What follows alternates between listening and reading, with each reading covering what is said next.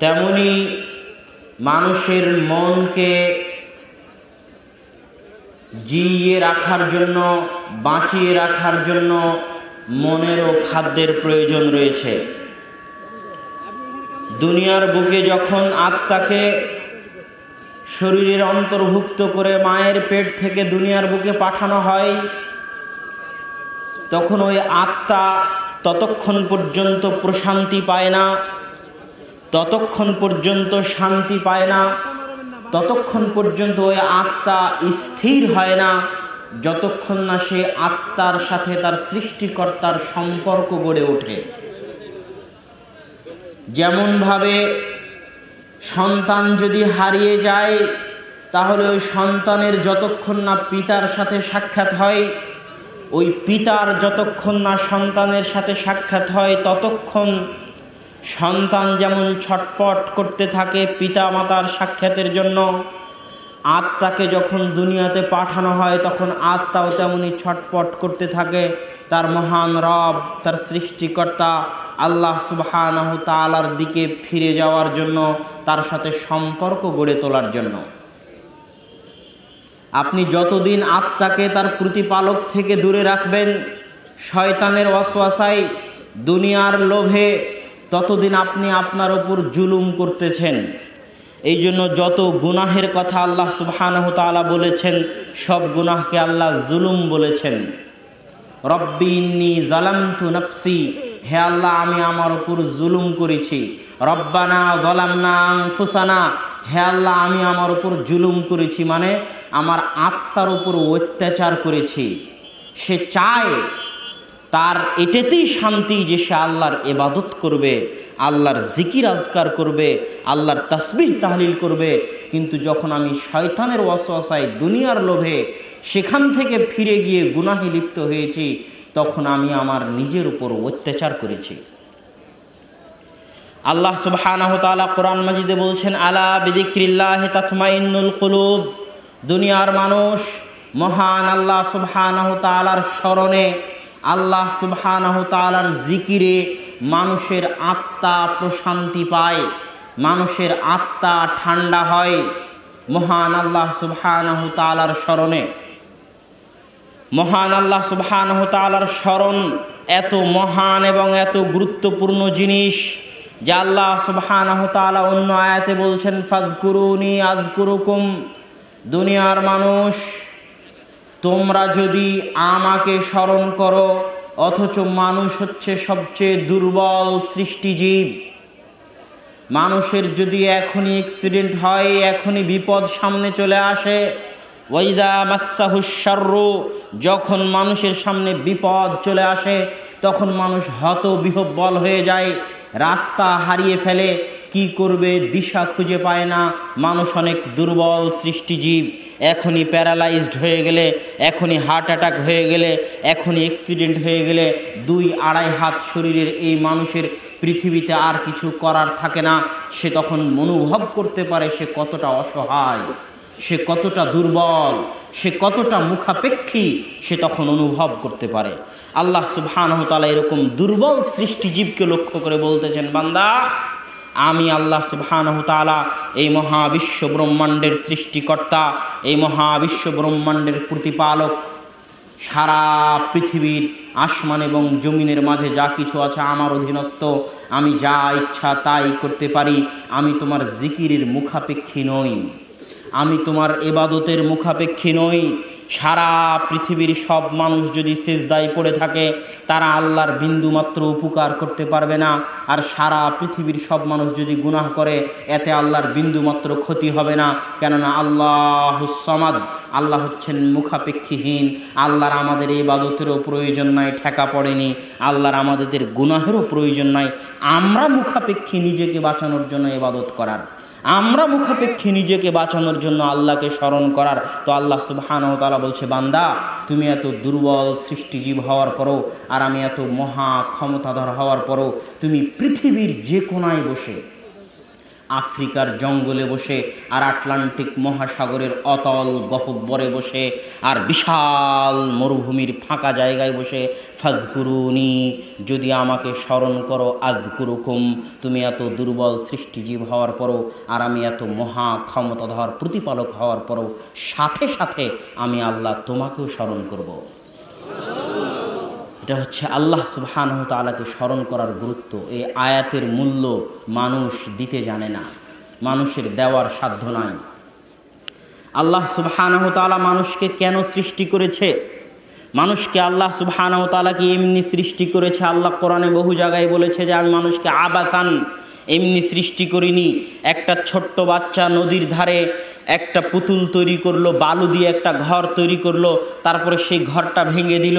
ওই ঘরটার যেমন কোনো মূল্য নাই, সে যেমন এমনি সৃষ্টি করেছে। আল্লাহ সুবহানাহু ওয়া তাআলা মানুষকে এমনি সৃষ্টি করেননি। আপনার জীবনের লক্ষ্য উদ্দেশ্য আল্লাহ নির্ধারণ করে আপনাকে পাঠিয়েছেন। ওয়ামা খালাকতুল জিন্না ওয়াল ইনসা ইল্লা লিয়াবুদুন, আমি মানুষ এবং জিনকে সৃষ্টি করেছি আমার ইবাদতের জন্য।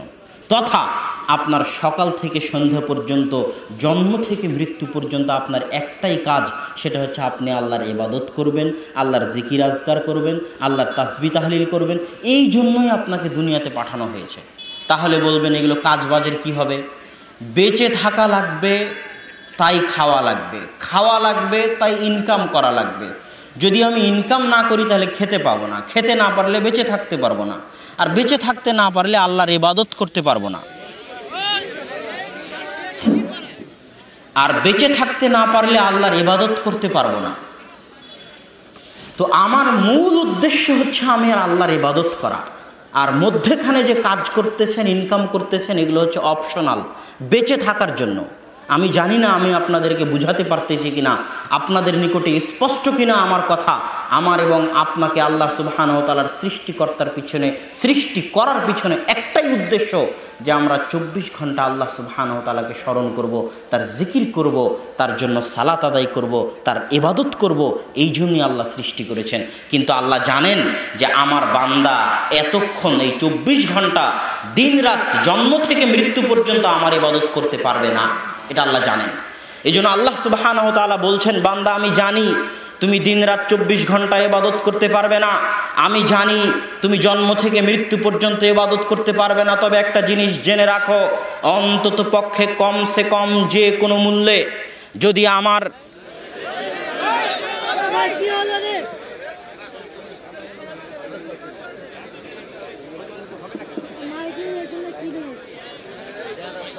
যে কোনো মূল্যে যদি আমার দেওয়া অক্সিজেনকে হালাল করতে চাও, যদি আমার দেওয়া সূর্যের আলোকে হালাল করতে চাও, যদি আমার জমিনে বসে থাকাকে হালাল বানাতে চাও, যে তুমি যে আমার জমিনে বসে আছো এটা তোমার জন্য হালাল বসে থাকা, আমার দেওয়া অক্সিজেন গ্রহণ করাকে হালাল বানাতে চাও, আমার দেওয়া আসমানের ছায়াকে হালাল বানাতে চাও, আমার দেওয়া জীবনকে, আমার দেওয়া হায়াতকে, চক্ষুকে যদি হালাল বানাতে চাও, তাহলে অন্তত পক্ষে আমি জানি তুমি 24 ঘন্টা পারবে না, আমি জানি তুমি জন্ম থেকে মৃত্যু পারবে না, কিন্তু অন্তত পক্ষে দিনে 5 বার যে কোনো মূল্যে আমাকে স্মরণ করতেই হবে। ওয়া আকিমিস সালাতা লিযিকরি, আমাকে স্মরণ করার জন্য, আমার জিকিরের জন্য তোমরা সালাত কায়েম করো। সম্মানিত উপস্থিতি, আমরা জিকিরের কথা বলছিলাম, আত্মার খাদ্যের কথা বলছিলাম, যে মানুষের জীবন বেঁচে থাকার জন্য যেমন খাবারের প্রয়োজন, তেমনি আত্মার বেঁচে থাকার জন্য আত্মার খাবারের প্রয়োজন। আর আত্মার খাবার হচ্ছে তাওহীদ, আত্মার খাবার হচ্ছে আল্লাহ সুবহানাহু ওয়া তাআলাকে স্মরণ করা। আল্লাহ সুবহানাহু ওয়া তাআলাকে স্মরণ করার এই অংশের শেষ কথাটুকু বলে সামনে আগাই।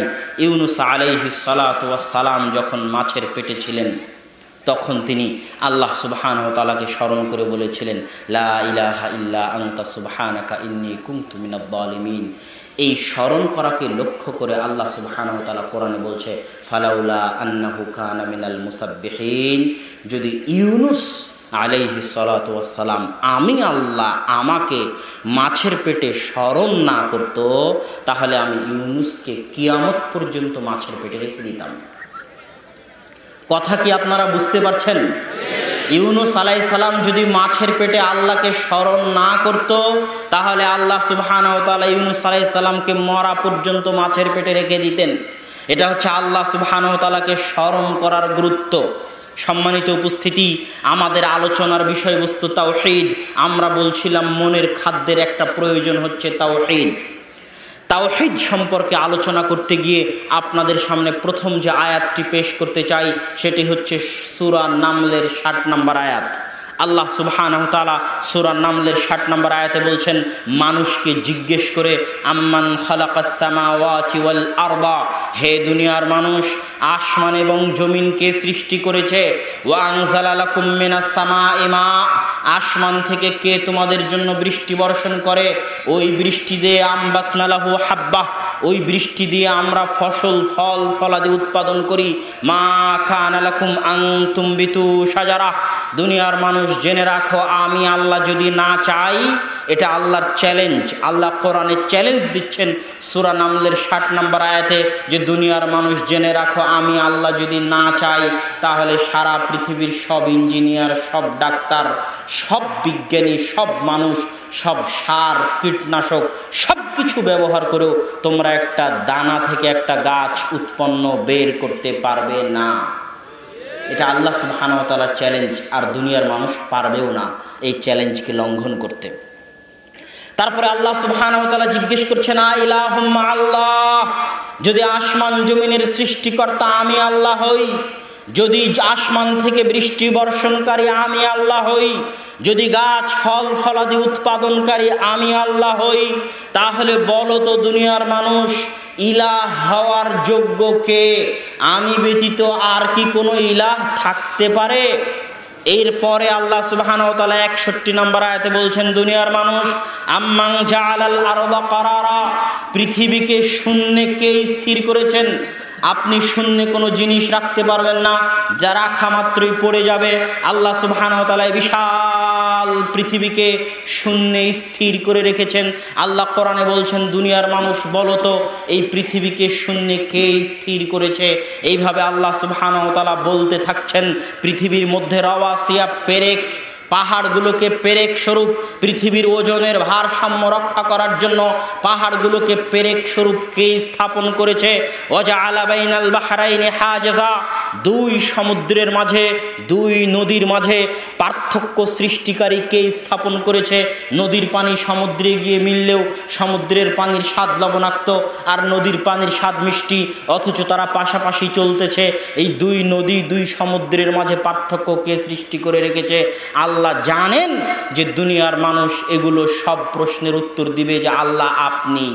আল্লাহ জানেন, এই জন্য আল্লাহ পরে বলতেছেন যে দুনিয়ার মানুষ আমি জানি এগুলো সব প্রশ্নের উত্তর তোমরা দিবে যে আল্লাহ আসমান জমিনের সৃষ্টিকর্তা আপনি।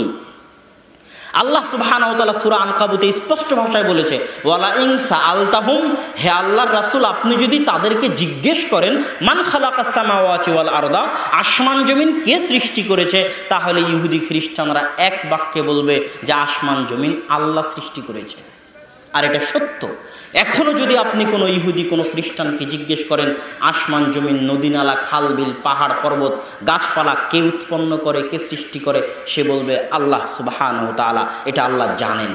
জানার পরে আল্লাহ সুবহানাহু ওয়া তাআলা বলতেছেন, দুনিয়ার মানুষ সবই যখন আমি করি, ইলাহুম আল্লাহ, তাহলে বলো তো আমি ব্যতীত আর কি কেউ ইলাহ হওয়ার যোগ্য?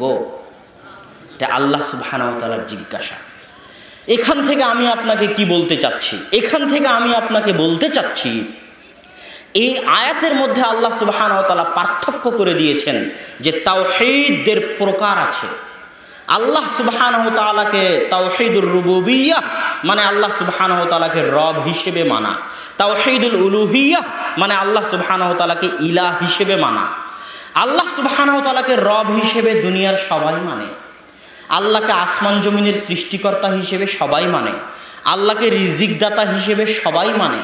আল্লাহ সুবহানাহু ওয়া তাআলা বহু জায়গায় তিনি যে রিজিক দাতা তার দ্ব্যর্থহীন কণ্ঠে ঘোষণা করেছেন যে আল্লাহ সুবহানাহু ওয়া তাআলা হচ্ছেন রিজিক দাতা। আপনি কি বিশ্বাস করেন আল্লাহ রিজিক দাতা?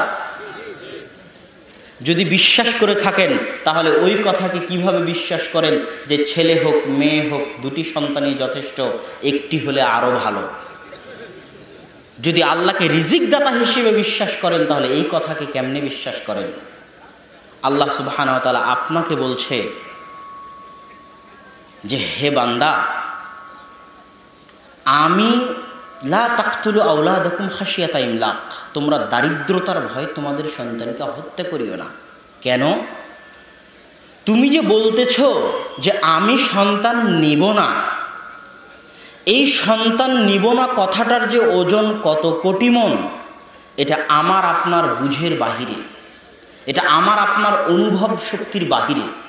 আল্লাহ যদি আপনাকে সন্তান না দেয় তো সারা পৃথিবীর কোনো শক্তির খাওয়া নাই, কোনো মায়ের বেটার খাওয়া নাই। রাস্তায় রাস্তায় যদি ভিক্ষা করেন, মাজারে মাজারে যদি ধর্ণা দেন, ডাক্তারের দুয়ারে দুয়ারে যদি কোটি কোটি টাকা খরচ করেন, পায়ে লুটিয়ে দেন, তবুও কোনো বাপের বেটা ডাক্তারের ক্ষমতা নাই। সারা দিন রাত যদি আপনার স্ত্রীর সাথে মিলনে লিপ্ত হন, তবুও আপনার আর আপনার স্ত্রীর 14 গোষ্ঠীর ক্ষমতা নাই যে আপনার স্ত্রীর পেটে সন্তান দিতে পারে যদি আল্লাহ না চায়। তাহলে কোন দাম্ভিকতায় বলেন যে সন্তান নিব না? আরে তুই তো সন্তান নেওয়ার মালিকই নস, তাহলে কেমনে বলিস? ওই জন্য আল্লাহ বলছে, বান্দা তুই কবে তোর রিজিকের মালিক হলি? আমি তো তোর রিজিকও আমি বহন করি। তুই সকালে যেটা খেয়েছিস ওটা আমার আল্লাহর দেওয়া রিজিক, তুই দুপুরে যেটা খাবি ওটা আমার আল্লাহর দেওয়া রিজিক। আল্লাহ যখন দান করতে বলছে তখন বলছে অমিম্মা রাযাকনাহুম ইউনফিকুন, দুনিয়ার মানুষ আমি তোমাদেরকে যা রিজিক দিয়েছি তা থেকে দান করো। আল্লাহ বলেনি আপনি যা ইনকাম করেছেন সেটা থেকে দান করেন। আল্লাহ তো এটা মানতেই রাজি নয় যে টাকা আপনি ইনকাম করেছেন। আল্লাহ বলছে এটা তোমার টাকা নয়, তোমার পকেটে যে টাকা আছে ওটা আমি আল্লাহ আমার দেওয়া রিজিক। তুই কবে তোর রিজিকের মালিক হলি যে বলিস যে সন্তান নিব না রুজির ভয়ে? আরে তোকেও খাওয়াই আমি, তোকে যে সন্তান দিব তাকেও খাওয়াবো আমি। আল্লাহ সুবহানাহু ওয়া তাআলা হচ্ছেন রিজিকের মালিক। আব্বু বহু বক্তব্যে বলেছে যে পরিকল্পনা করে ইহুদি, টাকা দেয় খ্রিস্টান, মাঠকর্মী মুসলমান। এই একটা বাক্যের ওজন কোটি কোটি মন। আপনি যদি ইসরায়েলে যান তাহলে দেখবেন না যে ছোট যে গাড়িগুলো আছে, কার গাড়িগুলো, এই ছোট গাড়িগুলো ইহুদিরা ব্যবহার করে না, তাদেরকে ব্যবহার করতে হয় হাইস জিএমসি গাড়ি। কেননা তাদের সন্তান একটা দুইটা নয়, তাদের সন্তান 5টা 6টা 7টা। ওই যে বাংলাদেশে একজন খ্রিস্টান ডাক্তারের ছবি ফেসবুকে ভাইরাল হয়েছিল, তারও সন্তান দেখবেন ছোট ছোট গিন্নি গিন্নি 4টা সন্তান। কেননা তারা পরিকল্পনা করে মুসলমানদের সন্তান কম করানোর জন্য, কিন্তু তারা নিজেরা মানে না। এতটুকু বুঝার মতো জ্ঞান এবং বিবেক আমাদের নাই। বলছিলাম যে আল্লাহ সুবহানাহু ওয়া তাআলাকে রব হিসেবে মানা মানে আল্লাহ সুবহানাহু ওয়া তাআলাকে রিজিক দাতা হিসেবে মানা, আল্লাহ সুবহানাহু ওয়া তাআলাকে সৃষ্টিকর্তা হিসেবে মানা, আল্লাহ সুবহানাহু ওয়া তাআলাকে প্রতিপালক হিসেবে মানা। আর যে আল্লাহকে রব হিসেবে মানে তারা সবাই যে আল্লাহকে ইলাহ হিসেবে মানে তা কিন্তু নয়। দলিল, আবু জেহেল যখন বদরের যুদ্ধে যাচ্ছে, আবু জেহেল কাফের না কাফের নয়? কোনো সন্দেহ আছে? আবু জেহেল যখন বদরের যুদ্ধে যাচ্ছে তখন আবু জেহেল কাবা ঘরে গিয়ে হাত তুলে দোয়া করে বলতেছে আল্লাহুম্মা আনসুর আহদাল ফিআতাইন, হে আল্লাহ আজকের বদরের যুদ্ধে সবচেয়ে হকের নিকটবর্তী দলকে আপনি বিজয় দান করিয়েন। তাহলে আবু জেহেল কার নিকটে দোয়া করলো? তার মানে আবু জেহেল আল্লাহকে বিশ্বাস করে না করে না? তাহলে আল্লাহকে বিশ্বাস করার পরেও আবু জেহেল কাফের কেমনে হয়? মুহাম্মদ সাল্লাল্লাহু আলাইহি ওয়াসাল্লামের পিতার নাম আব্দুল্লাহ, মানে আল্লাহর বান্দা। আব্দুল মুত্তালিব তার ছেলের নাম রেখেছে আব্দুল্লাহ, আল্লাহর বান্দা, মানে তারা আল্লাহর উপর বিশ্বাস স্থাপন করত।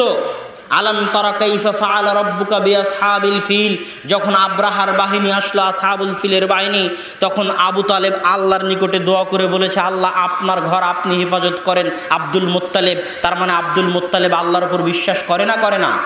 করে। তাহলে আল্লাহর উপর বিশ্বাস স্থাপন করার পরেও আবু জেহেল কেমনে কাফের? এখানেই লুকিয়ে আছে সব প্রশ্নের উত্তর। আল্লাহ সুবহানাহু ওয়া তাআলা যুগে যুগে যত নবী রাসূল পাঠিয়েছিলেন সব নবী রাসূলের একটাই কালেমা ছিল, সেই কালেমা কি? লা রাব্বা ইল্লাল্লাহ, আল্লাহ ব্যতীত কোনো রব নেই। এটা কি আমাদের কালেমা? আমাদের কালেমা কি?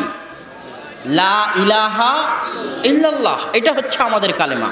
আল্লাহ সুবহানাহু ওয়া তাআলা কেন রবের কথা বললেন না? আল্লাহ সুবহানাহু ওয়া তাআলা কেন ইলাহের কথা বললেন? সূরা আরাফের 59 নম্বর আয়াত খুলেন, সূরা আরাফের 65 নম্বর আয়াত খুলেন। আল্লাহ নবীদের নাম ধরে ধরে বলছে, লাকাদ আরসালনা নূহান ইলা কওমি, আমি নূহকে পাঠিয়েছিলাম তার জাতির নিকটে। নূহের একটাই দাওয়াত ছিল, উবুদুল্লাহ মা লাকুম মিন ইলাহিন গায়রুহ, আল্লাহর ইবাদত করো, আল্লাহ ব্যতীত কোনো ইলাহ নেই। আমি কাকে পাঠিয়েছিলাম? আমি হুদকে পাঠিয়েছিলাম, আখাহুম আদ, আমি আদ জাতির নিকটে আখাহুম হুদ, তাদের ভাই হুদকে পাঠিয়েছিলাম, তারও একই দাওয়াত ছিল। এইভাবে আল্লাহ সুবহানাহু ওয়া তাআলা সকল নবীর নাম নিয়ে বলছেন। আমি সামুদ জাতির নিকটে সালেহ আলাইহিস সালাতু ওয়াস সালামকে পাঠিয়েছিলাম, আমি মাদাইন জাতির নিকটে শুআয়ব আলাইহিস সালাতু ওয়াস সালামকে পাঠিয়েছিলাম। সূরা আরাফে 1 সিরিয়ালে 59 থেকে নিয়ে 85 নম্বর আয়াত পর্যন্ত সব নবীর নাম নিয়ে নিয়ে বলছেন যে তাদের একটাই দাওয়াত ছিল, মা লাকুম মিন ইলাহিন গায়রুহ, দুনিয়ার মানুষ আল্লাহ ব্যতীত তোমাদের কোনো ইলাহ নেই। আল্লাহ সুবহানাহু ওয়া তাআলা সূরা আম্বিয়ার 25 নম্বর আয়াতে বলছেন, ওমা আরসালনা মিন ক্বাবলিকা মির রাসূলিন ইল্লা নূহি ইলাইহি, হে আল্লাহ রাসূল, আপনার পূর্বে যত নবী রাসূল আমি দুনিয়াতে পাঠিয়েছি সব নবী রাসূলের একটাই দাওয়াত ছিল যে আল্লাহ ব্যতীত কোনো ইলাহ নেই, তথা কোনো নবী রাসূলই আল্লাহকে রব হিসেবে মানার জন্য দাওয়াত দেননি। কেননা প্রত্যেক যুগে যত কাফের সম্প্রদায় ছিল তারা সবাই আল্লাহকে রব হিসেবে মানত। একমাত্র নাস্তিকরা ছাড়া আজকের পৃথিবীতেও ইহুদি, খ্রিস্টান, বৌদ্ধ, হিন্দু সকল ধর্মের মানুষ আল্লাহ সুবহানাহু ওয়া তাআলাকে রব হিসেবে মানে, কিন্তু ইলাহ হিসেবে মানে না। এখনো কি আপনি বুঝতে পেরেছেন রব এবং ইলাহের পার্থক্য কি? এখনো বুঝেননি?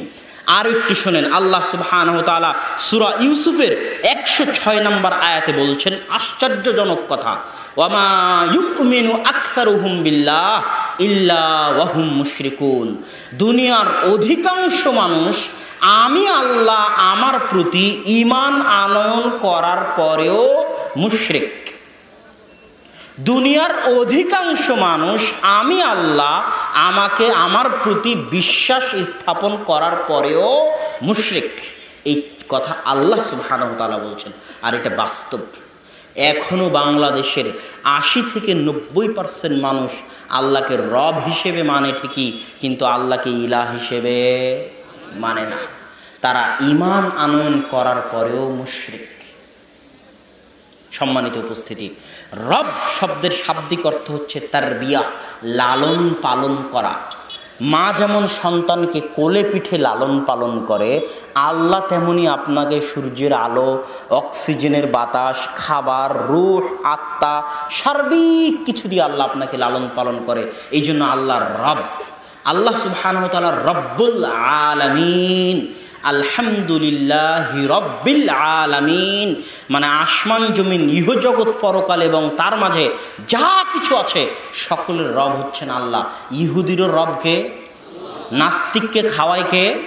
যে আল্লাহকে গালি দেয় ওকেও খাওয়ায় কে? আল্লাহ হচ্ছেন রব্বুল আলামিন। এই জন্য যত দোয়া শুরু হয়েছে সব দোয়াতে আল্লাহ সুবহানাহু ওয়া তাআলা রব দিয়ে শুরু করেছেন। রব্বানা আতিনা ফিদ দুনিয়া হাসানাতাও ওয়া ফিল আখিরাতি হাসানা ওয়া কিনা আযাবান নার, রব দিয়ে শুরু করেছেন। রব্বির হামহুমা কামা রব্বায়ানি সগীরা, রব্বি জিদনি ইলমা, রব্বানা যালামনা আনফুসানা ওয়া ইল্লাম তাগফির লানা ওয়া তারহামনা লানাকুনান্না মিনাল খাসিরিন। এটা হচ্ছে রব। ইহুদিরও রব, খ্রিস্টানেরও রব, যে নামাজ পড়ে না তারও রব, যে আল্লাহকে গালি দেয় তারও রব, সকলের রব, সকলের প্রতিপালক, সকলের পালনকর্তা, সকলের রিজিক দাতা, আসমান এবং জমিন এবং তার মাঝে যা কিছু আছে সেটা হচ্ছেন রব্বুল আলামিন, আল্লাহ সুবহানাহু ওয়া তাআলা। কিন্তু তিনি সকলের ইলাহ নন। কেন? সবাই আল্লাহকে ইলাহ হিসেবে মানে না। এই জায়গাতেই আল্লাহ সুবহানাহু ওয়া তাআলার কষ্ট। এই জন্য যুগে যুগে তিনি রাসূল পাঠিয়েছেন যে মানুষ আমাকে রব হিসেবে মানে তো ঠিকই, কিন্তু ইলাহ হিসেবে আমাকে মানে না। রাসূলরা তোমরা যাও মানুষকে একটু এটা শিখাও যে যিনি রব একমাত্র তিনিই ইলাহ, যিনি খাওয়ায় একমাত্র ইবাদত পাওয়ার যোগ্য তিনি, যিনি রিজিক দাতা একমাত্র সিজদা পাওয়ার যোগ্য তিনি। ইলাহ শব্দের শাব্দিক অর্থ হচ্ছে আলিহা ইয়া আলাহু, বিপদে আপদে পড়ে মানুষ যার দিকে ফিরে যায় তাকে বলে ইলাহ। দুঃখ কষ্টে পড়ে মানুষ যার নিকটে আশ্রয় খুঁজতে চায় তাকে বলে ইলাহ। অথই সমুদ্রে যখন মানুষ হাবুডুবু খায়, একটা নাস্তিকের বাচ্চাও যদি অথই সমুদ্রে পড়ে হাবুডুবু খায়, বাঁচার কোনো উপায় না থাকে, তাহলে তখনও সে একজনের নিকটে ফিরে যেতে চায়, যার নিকটে আশ্রয় খুঁজে পেতে চায়। ওই আশ্রয় খুঁজে পাওয়া সত্তার নামই হচ্ছে ইলাহ। সম্মানিত উপস্থিতি, রব এক জিনিস, ইলাহ এক জিনিস। রব আমি এবং আপনি, সারা পৃথিবীর 80-90% মানুষ আল্লাহকে রব হিসেবে মানতে রাজি, ইলাহ হিসেবে মানে না কেন? কি করে? যখন সন্তানের প্রয়োজন হয় তখন চলে যায় শাহজালালের মাজারে, শাহ মখদুমের মাজারে, মানে সে আল্লাহকে রব হিসেবে মানে ঠিকই, আল্লাহকে ইলাহ হিসেবে মানে না। হাতে গলায় তাবিজ ঝুলিয়ে রেখেছে, সে আল্লাহকে রব হিসেবে মানে ঠিকই, কিন্তু আল্লাহকে ইলাহ হিসেবে মানে না। হাত থেকে থালি পড়ে গেল, মেহমান আসবে, রাস্তা দিয়ে বিড়াল অতিক্রম করলো, অশুভ কিছু আছে, এই জাতীয় যত কথা আছে, কালো টিপ দিয়ে রাখো বদনজর যাতে না লাগে, এগুলো সবই প্রমাণ করে সে আল্লাহকে রব হিসেবে মানে ঠিকই, আল্লাহকে ইলাহ হিসেবে মানে না। জিনের ভয়ে, শয়তানের ভয়ে, উমুকের ভয়ে, তুমুকের ভয়ে যারা তাবিজ কবজের নিকটে আশ্রয় নেয়, যারা জাদু মন্ত্রের আশ্রয় নেয়, যারা মানুষের নিকটে গিয়ে হাত দেখায়, ভাগ্য পরীক্ষা করে, টিভিতে রাশি দেখে, পেপার পত্রিকায় রাশি দেখে, ভবিষ্যৎ পরীক্ষা করে, ফুটবল বিশ্বকাপের সময়, ক্রিকেট বিশ্বকাপের সময় বিভিন্ন অক্টোপাস, বিভিন্ন উট, তাদের ভবিষ্যৎবাণীর প্রতি যদি বিন্দু মাত্র সরিষার দানা পরিমাণ বিশ্বাস স্থাপন করে, তাহলে সে আল্লাহকে রব হিসেবে মানে ঠিকই, আল্লাহ সুবহানাহু ওয়া তাআলাকে ইলাহ হিসেবে মানে না। আল্লাহ সুবহানাহু ওয়া তাআলাকে ইলাহ হিসেবে মানা মানে কি? আল্লাহ সুবহানাহু ওয়া তাআলা চাইলে বলতে পারতেন যে আন্নাল্লাহা ইলাহ, নিশ্চয় আল্লাহ হচ্ছেন ইলাহ। আল্লাহ চাইলে বলতে পারতেন আল্লাহু ইলাহ, আল্লাহ হচ্ছেন ইলাহ। এই দুটো বাক্যই আরবিতে শুদ্ধ, এই দুটো বাক্যের মধ্যে আরবি গ্রামারগত কোনো ভুল নাই, অথচ দুটো বাক্য ছোট। আল্লাহ চাইলে এতটুকুই বলতে পারতেন, আমরা সাক্ষ্য দিতাম এভাবে যে আশহাদু আন্নাল্লাহা ইলাহ, আমি সাক্ষ্য দিচ্ছি যে আল্লাহ হচ্ছেন ইলাহ। বা এভাবে বলতাম আশহাদু আল্লাহু ইলাহ, আমি সাক্ষ্য দিচ্ছি যে আল্লাহ হচ্ছেন ইলাহ। কিন্তু আল্লাহ এভাবে শিখাননি, আল্লাহ বাক্য বড় করে দিয়ে বলছেন লা ইলাহা ইল্লাল্লাহ। এই বড় বাক্যের পিছনে রহস্য আছে। এই বাক্যের ওজন এত, এই বাক্যের ওজন এত যে সারা পৃথিবীর সকল বাতিল শক্তিকে পরাস্ত করার জন্য এই এক কালেমাতুত তাওহীদ যথেষ্ট। যদি মুসলমান এই কালেমাতুত তাওহীদকে অনুভব করতে পারে, বুঝতে পারে, তাহলে যথেষ্ট। এই লা ইলাহা ইল্লাল্লাহ মানে কি? লা ইলাহা ইল্লাল্লাহ, যদি আল্লাহ আল্লাহ ইলাহ, আন্নাল্লাহা ইলাহ, আল্লাহ ইলাহ এই কথা বলতেন, তাহলে কি দাঁড়াতো? তাহলে আমি কিছুক্ষণ আল্লাহর ইবাদত করতাম, আর কিছুক্ষণ আমেরিকা ইসরায়েলেরও ইবাদত করতাম, আর কিছুক্ষণ গিয়ে শিখা অনির্বাণে আগুনও জ্বালাতাম, আর কিছুক্ষণ 31st নাইটও উদযাপন করতাম, যদি এটা বলার সুযোগ থাকতো যে আল্লাহ হচ্ছেন ইলাহ। যখন আল্লাহ বললেন লা ইলাহা ইল্লাল্লাহ, তার মানে হচ্ছে দুনিয়ার মানুষ লা ইলাহা, নেই কোনো ইলাহ, মানে যত জনকে তুমি ইলাহের সম্মান দিতে চাও, ইলাহের মর্যাদা দিতে চাও, সে যেই হোক, সে কবর হোক, মাজার হোক, পূজা হোক, তাবিজ হোক, কবজ হোক, দিবস হোক, দিন হোক, স্থান হোক, জায়গা হোক, কাল হোক, যা কিছু হোক, যাদেরকে তুমি ইলাহের সরিষার দানা পরিমাণ মর্যাদা দিতে চাও, এটাও কিন্তু অনুভব করতে হবে। শিরকের এর মধ্যেই শিরক চলে আসবে। সরিষার দানা পরিমাণ মর্যাদা যদি তুমি ইলাহের মর্যাদা থেকে, ইলাহের হক থেকে, ইলাহের একটা হক আছে, ইলাহের একটা অধিকার আছে, ইলাহ তোমার রব, তিনি তোমাকে খাওয়ায়, তোমাকে পান করে, তার একটা অধিকার আছে, তুমি তার অধিকার থেকে, তার হক থেকে, তার মর্যাদা থেকে সরিষার দানা পরিমাণ যে কাউকে দেও, তাদেরকে আগে লাথি দিয়ে, পা দিয়ে ভেঙে পিষে দাও। এর মানে হলো লা ইলাহা ইল্লাল্লাহ। ইলাহের যত অধিকার, হক, মর্যাদা, সম্মান যা কিছু আছে তা একমাত্র পাওয়ার অধিকার কে রাখে? আল্লাহ সুবহানাহু ওয়া তাআলা। যখনই আপনি ইলাহের হক থেকে, ইলাহের মর্যাদা থেকে চুল পরিমাণ অন্য কাউকে দিবেন, তখন আপনি ইলাহের হককে শেয়ার করলেন। কি করলেন? শেয়ার করা বুঝেন তো, ভাগ করা বুঝেন তো। ওটেরই আরবি হচ্ছে শিরক করা। ওটেরই আরবি কি? শিরক করা। শিরক মানে শেয়ার করা, শিরক মানে ভাগ করা। ইলাহের যা মর্যাদা আছে, ইলাহের যা হক আছে, ইলাহের যা অধিকার আছে, ওখান থেকে চুল পরিমাণ অধিকার, সরিষার দানা পরিমাণ সম্মান যদি আপনি অন্য কারোর সাথে শেয়ার করেন, তাহলে আপনি শিরক করলেন। আর ইন্না শিরকা লাযুলমুন আযীম, নিশ্চয় শিরক হচ্ছে মহা অত্যাচার। কেন অত্যাচার? আপনার স্ত্রীকে খাওয়ান আপনি, আপনার স্ত্রীকে পরান আপনি, আপনার স্ত্রী যে ছাদের নিচে থাকে ওই ছাদ বানিয়েছেন আপনি, যে মাটির উপর থাকে ওই মাটি টাকা দিয়ে কিনেছেন আপনি।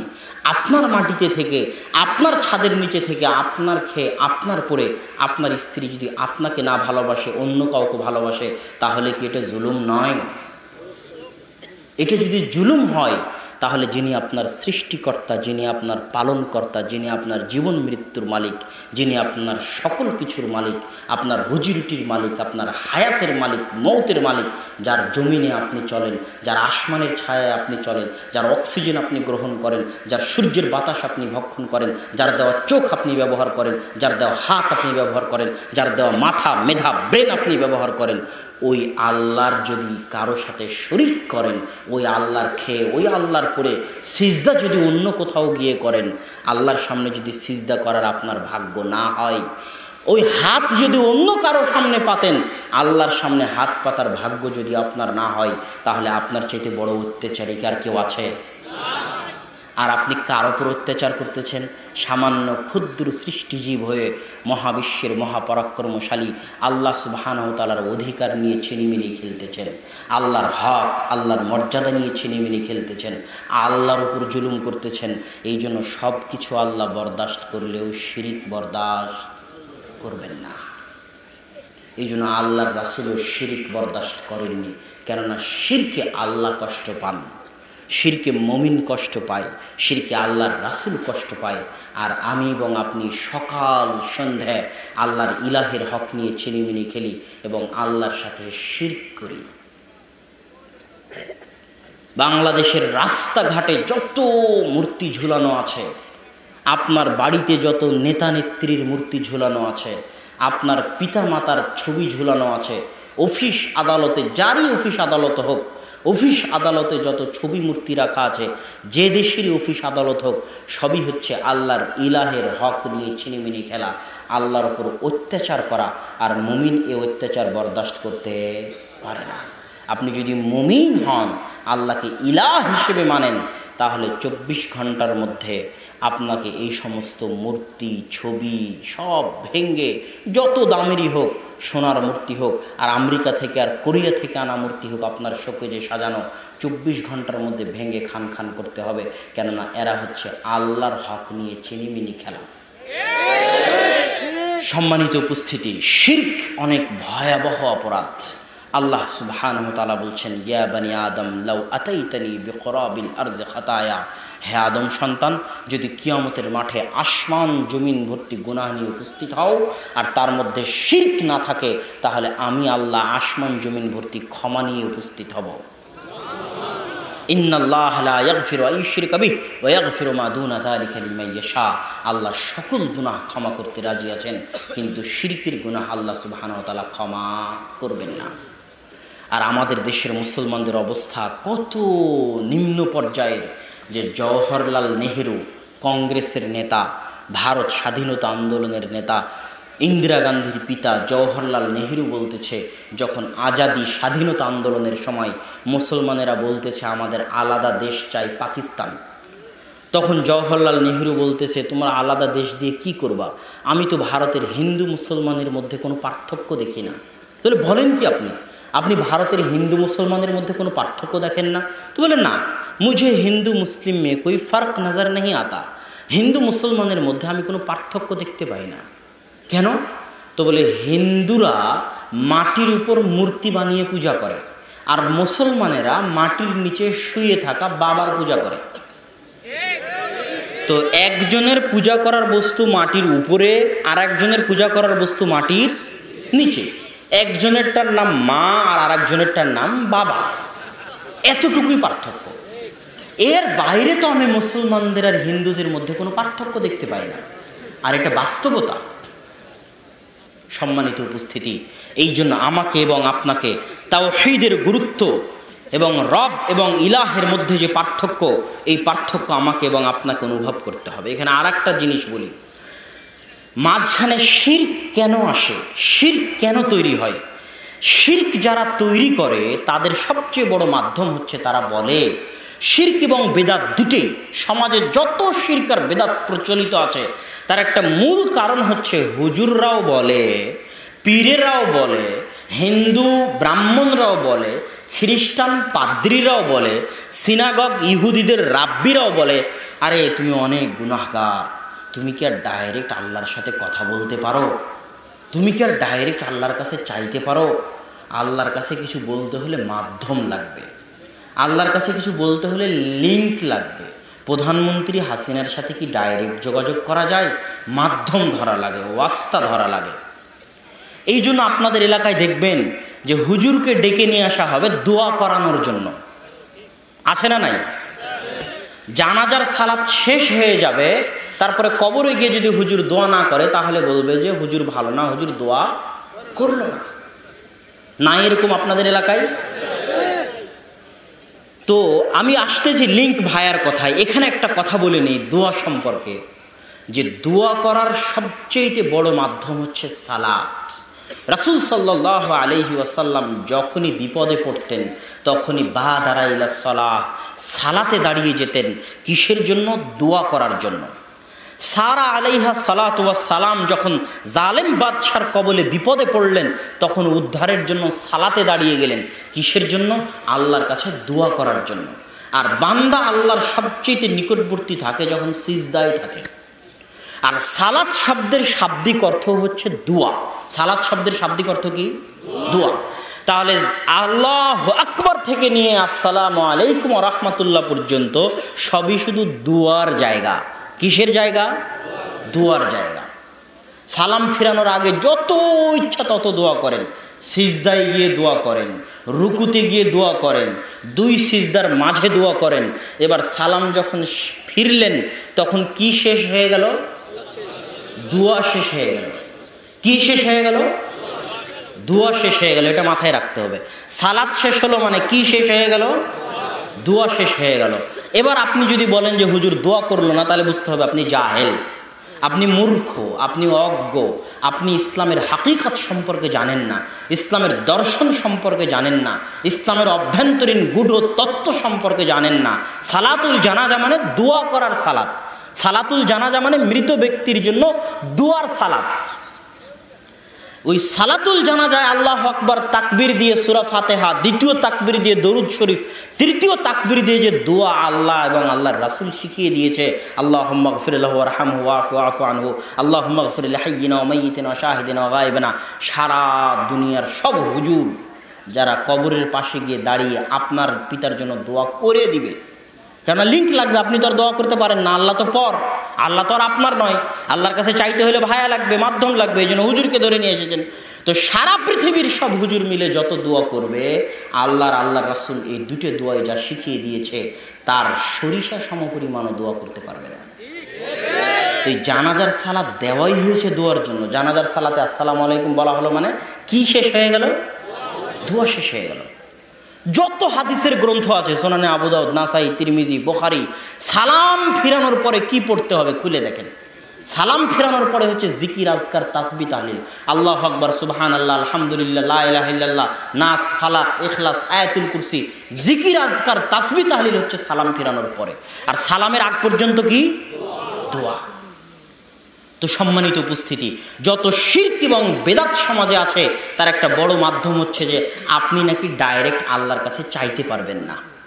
এই যত লিঙ্ক এবং ভায়া আছে এগুলোকে লাথি দিয়ে ভেঙে দিতে হবে। হুজুরের যেমন আল্লাহ, আপনারও তেমন আল্লাহ। আপনি ডাইরেক্ট আল্লাহ সুবহানাহু ওয়া তাআলার কাছে চাইবেন। ইসলামের সবচেয়ে বড় দর্শন, সবচেয়ে বড় শর্ত, সবচেয়ে বড় বৈশিষ্ট্য হচ্ছে বান্দা এবং আল্লাহর মাঝে কথা বলতে কোনো মাধ্যম লাগে না। আপনি গুনাহ করেছেন, দরজা বন্ধ করে দিয়ে আপনি আল্লাহর কাছে দোয়া করেন। আপনার পিতা মারা গেছে, আপনি আল্লাহর কাছে দোয়া করেন। অন্য কাউকে দোয়া করার জন্য ভাড়া করতে হবে। ইসলাম ভাড়াটে ধর্ম নয়, ইসলাম ভাড়া দিয়ে চলে না। তো যত শিরক বিদআত সমাজে প্রচলিত আছে, সব শিরক বিদআতের ভিত্তি হচ্ছে আপনি মনে করেন আল্লাহর কাছে কিছু চাইতে হলে মাধ্যম লাগবে। জি না, আপনার আল্লাহ, আপনি চাইতে শিখেন। আল্লাহ সুবহানাহু ওয়া তাআলা চাওয়াকে পছন্দ করে। আল্লাহ সুবহানাহু ওয়া তাআলার নিকটে আপনি যদি না চান তাহলে আল্লাহর রাগ করে। এটা হচ্ছে আল্লাহর দয়া। আল্লাহ হচ্ছেন আর রহমানির রহিম, পরম দয়ালু। রহমানের দয়া এমন দয়া, রহমানের দয়া এমন দয়া, রহমানের দয়া এমন দয়া যে তার নিকটে না চাইলে তিনি রাগ করেন। আর মানুষের দরবারে চাইতে যান, আজকে দিবে, কালকে দিবে, তারপরের দিন আপনাকে তাড়িয়ে দিবে, খারাপ ব্যবহার করবে। না হয় তারপরের দিন চাইতে গেলে খারাপ ব্যবহার করবে, না হয় তারপরের দিন চাইতে গেলে খারাপ ব্যবহার করবে। এটা মানুষের দয়া। আর আল্লাহ সুবহানাহু ওয়া তাআলার দয়া হচ্ছে তার নিকটে না চাইলে তিনি রাগ করেন। এই জন্য রাসূল সাল্লাল্লাহু আলাইহি ওয়াসাল্লাম বলেছেন যে তোমাদের কারো যদি পায়ের জুতার ফিতা হারিয়ে যায়, শিসআনা আলাইহি, তাহলে পায়ের জুতার ফিতাও যেন কার কাছে চাই? আল্লাহ সুবহানাহু ওয়া তাআলার কাছে চাই। ফকিরের মতো হাত উঠিয়ে আল্লাহর কাছে ভিক্ষা করবেন। ফকিরি অনুভূতি ভেতরে থাকতে হবে। যেমন ফকির আপনার নিকটে এসে হাত পেতে ভিক্ষা করে, ওইভাবে আপনি আল্লাহর দরবারে হাত পেতে ভিক্ষা করবেন ফকিরের মতো। আল্লাহ সুবহানাহু ওয়া তাআলা দিবে না মানে? অবশ্যই দিবে। আল্লাহ সুবহানাহু ওয়া তাআলা দেওয়ার জন্য বসে আছে। আপনার চাওয়ায় ত্রুটি আছে, আপনি চাইতে জানেন না, আপনি চাওয়া শিখেননি। আর দোয়া ও মুখুল ইবাদাহ, দোয়া করা হচ্ছে ইবাদতের সার নির্যাস। দোয়া করা আপনাকে শিখতে হবে। দোয়া করা শিখেন। যত শিরক এবং বেদাত সমাজে আছে সবই লিঙ্ক এবং ভায়াগুলোর মাধ্যমে টিকে আছে। সম্মানিত উপস্থিতি, এখানে আরও একটি কথা বলে নিই, সেটা হচ্ছে এই লিঙ্ক এবং ভায়ার হ্রদে একটা হাদিস আপনাদের সামনে পেশ করি, যেটা আপনাদের জানা থাকতে পারে। কঠিন কিয়ামতের মাঠে যখন আল্লাহ সুবহানাহু ওয়া তাআলা বিচার শুরু করবেন না, কঠিন কিয়ামতের মাঠে যখন আল্লাহ সুবহানাহু ওয়া তাআলা বিচার শুরু করবেন না, তখন মুমিনেরা পাগল হয়ে যাবে বিচার শুরু করানোর জন্য, অস্থির হয়ে যাবে। তখন তারা আদম আলাইহিস সালাতু ওয়াস সালামের নিকটে গিয়ে বলবে, আন্নাল্লাহা খালাকাকা বিয়াদিহি, আল্লাহ আপনাকে নিজে হাতে সৃষ্টি করেছে, আপনি একটু আল্লাহকে বলেন না। তখন আদম আলাইহিস সালাম বলবেন যে আজকে আমার প্রতিপালক আমার ওপর এত রাগান্বিত, লাম ইয়াগযাব, এত রাগান্বিত আগেও কোনো দিন হননি, পরেও কোনো দিন হননি। আমি আল্লাহর সামনে গিয়ে কথা বলতে পারবো না। আল্লাহ সুবহানাহু ওয়া তাআলার গায়রাত আছে, আত্মমর্যাদা আছে। আল্লাহ সুবহানাহু ওয়া তাআলার গায়রাত, আত্মসম্মান বোধ আছে, যে আত্মসম্মান বোধে তার নবীরা তার সামনে কথা বলতে ভয় পাচ্ছেন। তার নবীরা তার সামনে কথা বলতে চাচ্ছেন না। মুসা আলাইহিস সালাম কথা বলবেন না, ঈসা আলাইহিস সালাম কথা বলবেন না, নূহ আলাইহিস সালাম কথা বলবেন না। এবার মুহাম্মদ সাল্লাল্লাহু আলাইহি ওয়াসাল্লাম যখন কথা বলতে যাবেন, তখন তিনি কথা বলতে গিয়ে কি সরাসরি কথা শুরু করবেন?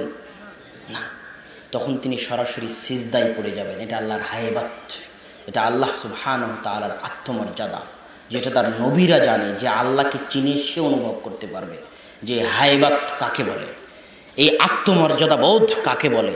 আল্লাহ সুবহানাহু ওয়া তাআলার এই দাপট, আল্লাহ সুবহানাহু ওয়া তাআলার এই আত্ম অহংকার, যা একমাত্র তার শানেই মানায়, আর কারো শানে মানায় না।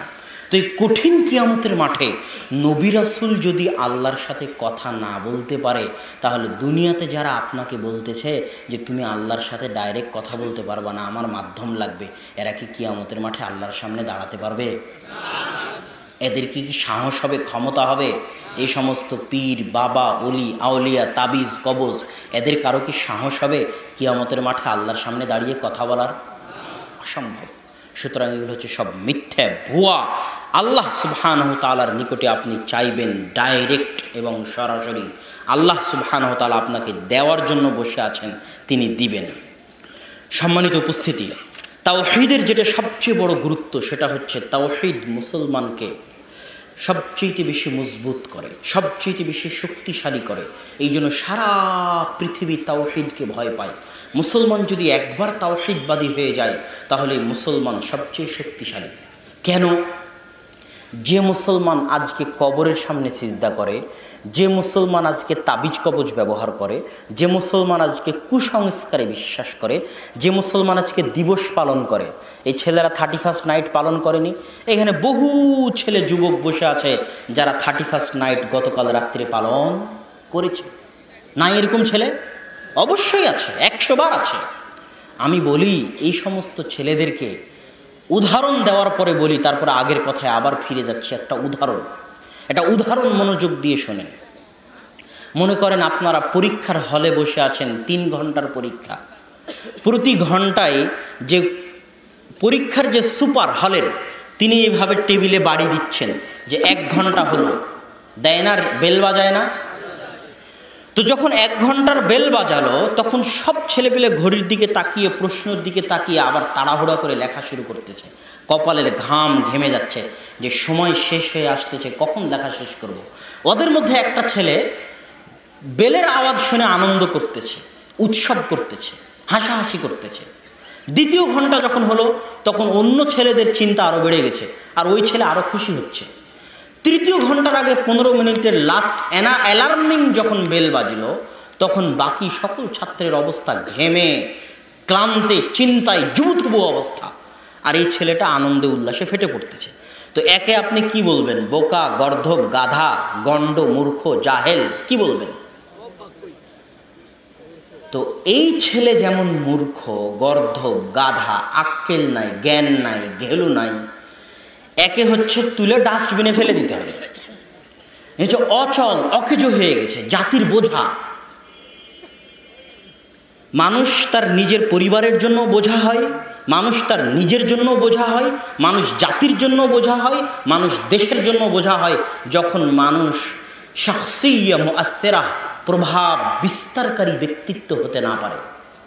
প্রভাব বিস্তারকারী ব্যক্তিত্ব বুঝেন?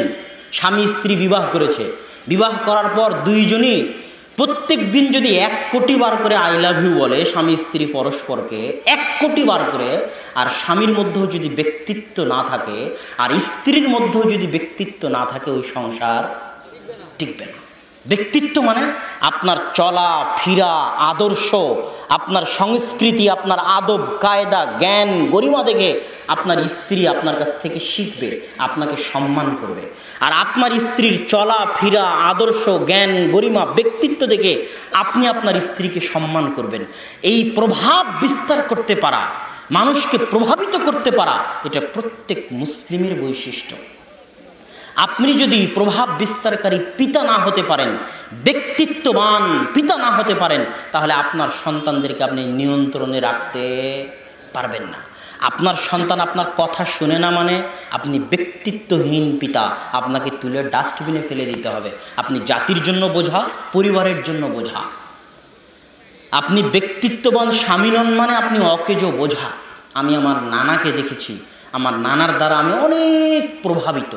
তিনি একজন প্রভাব বিস্তারকারী ব্যক্তিত্ববান ব্যক্তি ছিলেন। এমন কোনো শুক্রবার দেখিনি যে শুক্রবারে আমার নানা সবার আগে মসজিদে যায়নি। এমন কোনো রমাজান দেখিনি যে রমাজানে তিনি ইতিকাফ করেননি। এমন কোনো সালাত দেখেনি যে সালাত তিনি মসজিদে সবার আগে গিয়ে আজান দিয়ে জামাতের সাথে আদায় করেননি। বহুদিন দেখেছি গরম ভাতে হাত দিয়ে তিনি কেঁদেছেন। তো আমি তার দ্বারা প্রভাবিত, মানে তিনি একজন ব্যক্তিত্ববান আদর্শবান মুসলিম। আর এই যে যুবক যে স্রোতের গায়ে গা ভাসিয়ে দিয়েছে, স্রোত বলতেছে 31st নাইট করতে হবে, যুগ বলতেছে 31st নাইট করতে হবে, তাই সেও 31st নাইট করেছে। তো ওই সমুদ্রে, নদীতে, আপনাদের এলাকায় নদী আছে না? ওই নদীতে পানা ভাসে না, খড়কুটো ভাসে না, ফেনা ভাসে না? ওই পানা, খড়কুটো, ফেনার যেমন কোনো মূল্য নাই, এই যুবকের তেমন কোনো মূল্য নাই। কেন? তার জীবন শেষ হয়ে যাচ্ছে। আল্লাহ তাকে একটা নির্দিষ্ট জীবন দিয়ে পৃথিবীতে পাঠিয়েছে। আপনাকে যদি বলি আপনার বাড়ি কোথায়, যুবককে বলতেছি, কেননা কথা এখন যুবকের সাথে। তো যুবক যদি বলে যে আমার বাড়ি নবাবগঞ্জ, দিনাজপুর, তাহলে উত্তর ভুল হবে। যুবকের বাড়ি কোথায়? যুবকের জন্ম যদি 1993 হয়ে থাকে আর মৃত্যু যদি 2060-70 হয়ে থাকে, তাহলে যুবকের বাড়ি হচ্ছে 1993 থেকে 2060 পর্যন্ত এই সময়টুকু। এই সময়টুকুতে সে দিনাজপুরেও থাকতে পারে, লন্ডনেও থাকতে পারে, সমুদ্রেও থাকতে পারে, মরুভূমিতেও থাকতে পারে। কথা মনে হয় বুঝাতে পারিনি আমি। আপনার বাড়ি হচ্ছে মহাকাল। আল্লাহ যেদিন পৃথিবী সৃষ্টি করেছে সেই দিন থেকে পৃথিবী ধ্বংস হওয়ার মাঝামাঝি একটা সময় আল্লাহ আপনাকে হায়াত দিয়ে পৃথিবীতে পাঠিয়েছে। এই সময়টুকু হচ্ছে আপনার থাকার জায়গা। এই সময় যেই দিন শেষ হয়ে যাবে আপনিও সেই দিন শেষ হয়ে যাবেন। এই সময়টুকুর মধ্যে আপনি বগুড়াতেও থাকতে পারেন, লন্ডনেও থাকতে পারেন, দিনাজপুরেও থাকতে পারেন। কোনো স্থানের সাথে আপনার বাড়ির সম্পর্ক নয়, সময়ের সাথে আপনার বাড়ির সম্পর্ক, সময়ের সাথে আপনার থাকার সম্পর্ক। একটা করে বছর যাচ্ছে মানে ওই একটা করে সময় শেষ হচ্ছে। আপনি মৃত্যুর দিকে এগিয়ে যাচ্ছেন। পরীক্ষার হলে বসে থাকা যুবক যেমন পরীক্ষার সময় শেষ হওয়া দেখে আনন্দ করে, ওই যুবক যেমন বোকা, ওই যুবক যেমন গর্ধব, ওই যুবক যেমন গাধা, ঘেলুহীন, ডাস্টবিনে ফেলে দেওয়ার যোগ্য। যারা 31st নাইট পালন করে, এখানে যত যুবক উপস্থিত আছে তাদের সকলকে লক্ষ্য করে বলতেছি, তারা যদি 31st নাইট পালন করে থাকে তাহলে তারা ওই পরীক্ষার হলে বসে থাকা ছেলের চাইতেও বোকা, ওই পরীক্ষার হলে বসে থাকা ছেলের চাইতেও গাধা, গর্ধব, মূর্খ, ঘেলুহীন। এদের থাকার জায়গা ডাস্টবিন। এরা সমাজে আর থাকতে পাওয়ার মতো যোগ্যতা এদের মাঝে নাই। এই জন্যই আব্দুর রাজ্জাক বিন ইউসুফ বহু বক্তব্যে বলেছে যে যুবক, তোমাকে তোমার মাস্টারকে যে ডক্টরেট ডিগ্রি পাশ করেছে অক্সফোর্ড থেকে, তাকে যদি জাহেল মূর্খ প্রমাণ করতে না পারি তাহলে জাতির সামনে বক্তব্য দিব না। আর এই যে আমি জাহেল মূর্খ প্রমাণ করে দিলাম যে সে কেন জাহেল, যে 31st নাইট পালন করে সে কেন মূর্খ। সম্মানিত উপস্থিতি, অতএব যুবক সমাজ সহ সকলের উদ্দেশ্যে বলতে চাই যে আল্লাহ সুবহানাহু ওয়া তাআলা আমাদেরকে যেন তাওহীদের আলোচনার মধ্যে যে বিষয়টা আনতে চাচ্ছিলাম, যে তাওহীদ আমাদেরকে ব্যক্তিত্ববান করে, মজবুত করে। কেন? যে মুসলমান কবরে পূজা করে, যে মুসলমান 31st নাইটকে সম্মান করে, যে মুসলমান বিভিন্ন দিবসকে সম্মান করে, যে মুসলমান জিন শয়তানের ভয়ে তাবিজ কবজ ব্যবহার করে, ওই মুসলমান একদিন আমেরিকা ইসরায়েলেরও গোলামি করবে। যে আল্লাহর সামনে ছাড়া অন্য কারোর সামনে মাথা নত করে, সে একদিন বাতিল শক্তির সামনেও মাথা নত করবে। আর যারা এগুলোকে চায় না, 4 পয়সা দাম দেয় না, তাদেরকে যদি পারমাণবিক বম দিয়েও হত্যা করে দেন, তবুও তাদের আদর্শকে আপনি নষ্ট করতে পারবেন না। এটা হচ্ছে ইসলামের আদর্শিক বিজয়। এই জন্য ইব্রাহিম আলাইহিস সালাম একাই তাওহীদপন্থী। আর আল্লাহ ইব্রাহিম আলাইহিস সালামকে বলেছে, তুমি মিল্লাত, তুমি একাই হওয়ার পরও তুমি একটা জাতির সমান। এটা হচ্ছে তাওহীদের গুরুত্ব। তাওহীদ যেই দিন মুসলমান বুঝে নিবে, সেই দিন মুসলমান, এক তাওহীদপন্থী মুসলমান সারা পৃথিবীর সব পারমাণবিক বমের চেয়ে শক্তিশালী হয়ে যাবে। তাওহীদ যেই দিন মুসলমান বুঝে নেবে। অতএব দেশ জাতি সকলের প্রতি এই সংক্ষিপ্ত আলোচনার মধ্যে আমি এতটুকুই অনুরোধ করতে চাইব যে আসুন আমরা তাওহীদের চর্চা করি, তাওহীদ বুঝি। তাওহীদের শেষ প্রকারের উপর সংক্ষিপ্ত কথা বলে আমার বক্তব্য শেষ করব। তাওহীদের শেষ প্রকার হচ্ছে তাওহীদুল আসমা ওয়াস সিফাত। প্রথম প্রকার আল্লাহকে রব হিসেবে মানা, ওটার ব্যাখ্যা চলে গেছে। আল্লাহকে ইলাহ হিসেবে মানা, ওটার ব্যাখ্যাও হয়ে গেল। সবাই রব হিসেবে মানে, কিন্তু সবাই ইলাহ হিসেবে মানে না। এবার আসমা ও সিফাত কেন লাগবে? আল্লাহ যে কে এটা তো আপনাকে চিনতে হবে। আপনি কি আল্লাহকে চিনেন? আপনি কি আল্লাহকে জানেন? আপনি কি আপনার সৃষ্টিকর্তা সম্পর্কে কোনোদিন পড়েছেন? আপনার সৃষ্টিকর্তা সম্পর্কে কোনোদিন কি জানার চেষ্টা করেছেন? আপনার সৃষ্টিকর্তা কে, কে তিনি, তার পরিচয় কি? এটা যদি আপনি জানতে চান তাহলে আসমা ও সিফাত, আল্লাহর নাম আছে, আল্লাহর গুণাবলী আছে, সেগুলো আপনাকে পড়তে হবে এবং জানতে হবে। নাম এবং গুণাবলীর গুরুত্ব সম্পর্কে 2-1টা আয়াত এবং হাদিস বলে আজকের বক্তব্যের এখানেই ইতি টানবো ইনশাআল্লাহুল আজিজ। আয়াতুল কুরসি সম্পর্কে রাসূল সাল্লাল্লাহু আলাইহি ওয়াসাল্লাম বলছে, মান কারা আয়াতুল কুরসি দুবুরা কুল্লি সালাতিন, কেউ যদি আয়াতুল কুরসি পাঠ করে 5 ওয়াক্ত সালাতের পরে, লা ইয়ামনাহু মিন দুখুলিল জান্নাহ ইল্লাল মাউত, তাহলে জান্নাতে যেতে তাকে কিছুই বাধা দিবে না, তার মৃত্যু ছাড়া। সে মরলেই জান্নাতে যাবে, সে মরলেই জান্নাতে যাবে। এই আয়াতুল কুরসির মধ্যে কি আছে প্রথম থেকে নিয়ে শেষ পর্যন্ত পড়ে দেখেন তো। আয়াতুল কুরসির মধ্যে কি আছে? সালাত সিয়ামের কথা নাই, হজ জাকাতের কথা নাই, পরকালের কথা নাই, জান্নাত জাহান্নামের কথা নাই। শুরু থেকে শেষ পর্যন্ত শুধুই শুধু আল্লাহ সুবহানাহু ওয়া তাআলার নাম, তার পরিচয়, তার গুণাবলী আছে। আল্লাহু লা ইলাহা ইল্লা হুয়াল হাইয়ুল কাইয়্যুম লা তাখুযুহু সিনাতুন সিনাতুন ওয়ালা নাওমুন লাহু মা ফিস সামাওয়াতি ওয়াল আরজ। এই যে লাহু মা ফিস সামাওয়াতি ওয়াল আরজ এর মানে কি সম্পূর্ণটুকু ব্যাখ্যা করার হয়তো সময় নাই। আল্লাহ বলছেন আসমান এবং জমিন এবং তার মাঝে যা কিছু আছে সবই আমার। আর আরেক আয়াতে আল্লাহ বলছেন ইউসাব্বিহু লিল্লাহি মা ফিস সামাওয়াতি ওয়াল আরজ, আসমান জমিন এবং তার মাঝে যা কিছু আছে সবই আল্লাহর তাসবিহ পাঠ করে।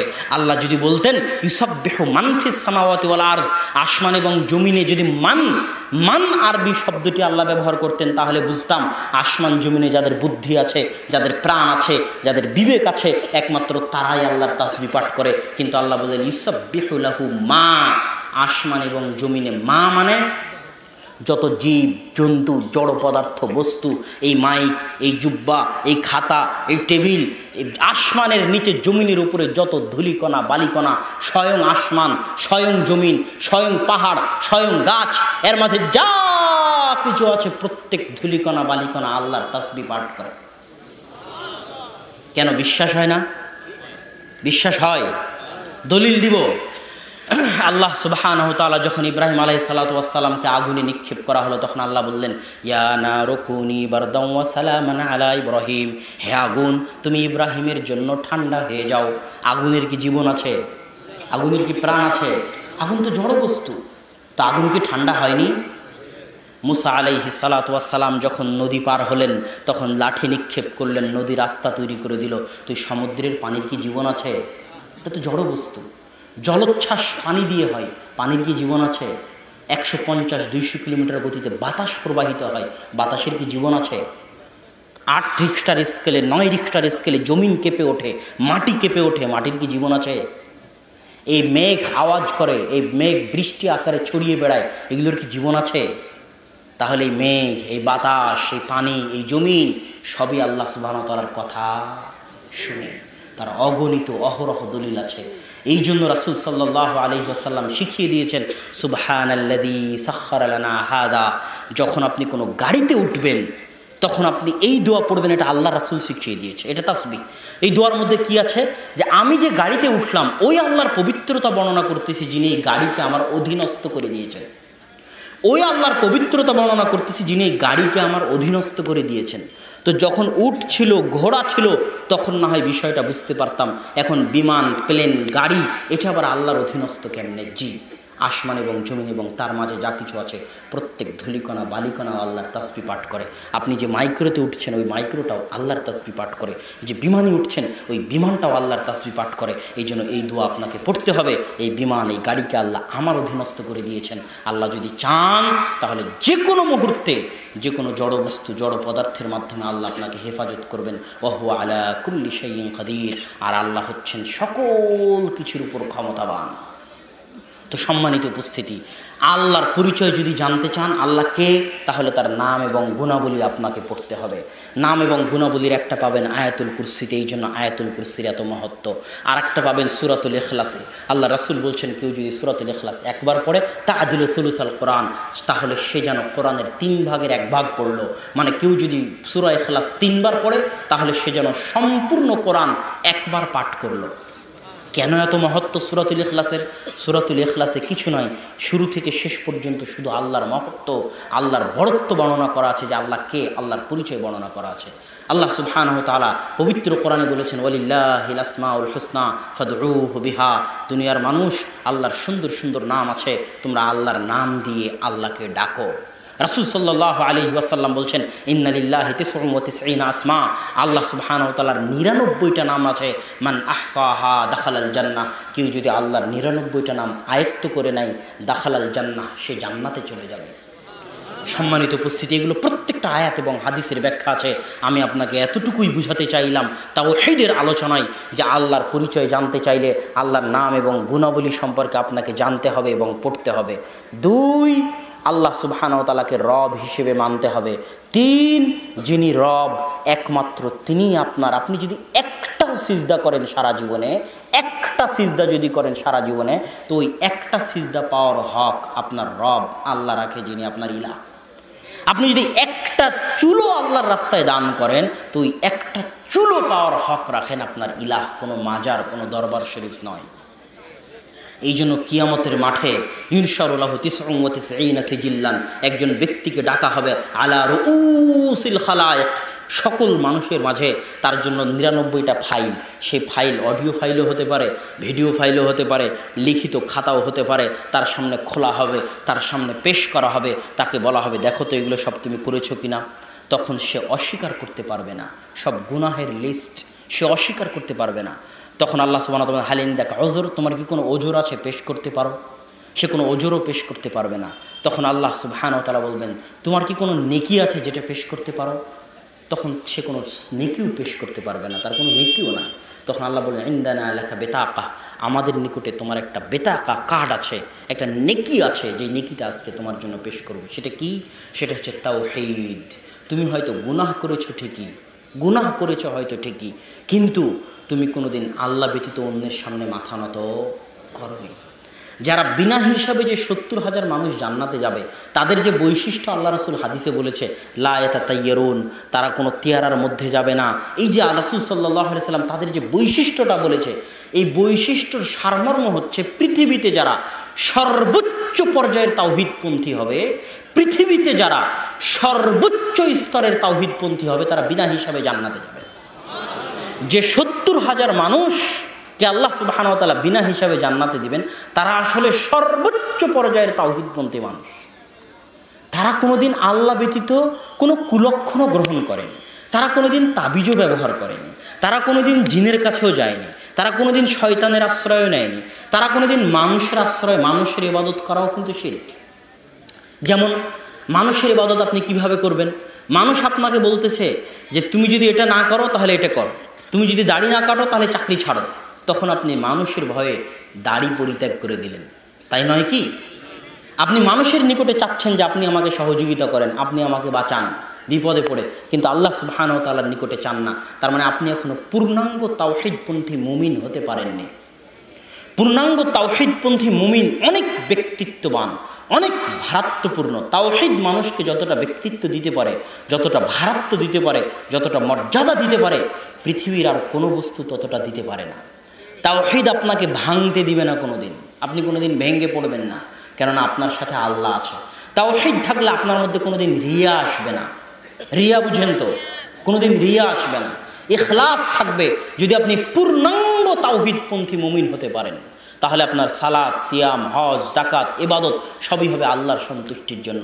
আর যদি সামান্য পরিমাণ রিয়া আসে, তাহলে আপনি পূর্ণাঙ্গ তাওহীদপন্থী থেকে কেটে গেলেন, মানে বিনা হিসেবে যারা জান্নাতে যাবে ওই ৭০,০০০ থেকেও কেটে গেলেন। তো ওই ৭০,০০০-এর মধ্যে ঢোকার সবচেয়ে বড় শর্ত হচ্ছে, সেটা কি?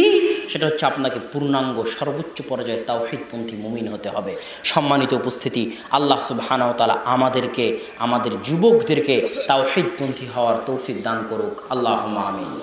বক্তব্যের শেষে চলে এসেছি, কিন্তু যে কথাটা আমি সব জায়গাতেই বলি বক্তব্যের শেষে, সেই কথাটা এখানেও বলে শেষ করি। সেটা হচ্ছে মা এবং বোনদের উদ্দেশ্যে। মা এবং বোনেরা হচ্ছে আমাদের সবচেয়ে বড় সম্পদ।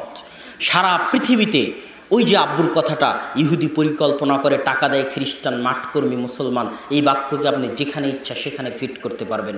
তো সারা পৃথিবীর ইহুদি খ্রিস্টানদের পরিকল্পনা হচ্ছে মুসলমান মা এবং বোনদেরকে ঘর থেকে বের করে নিয়ে যাওয়া।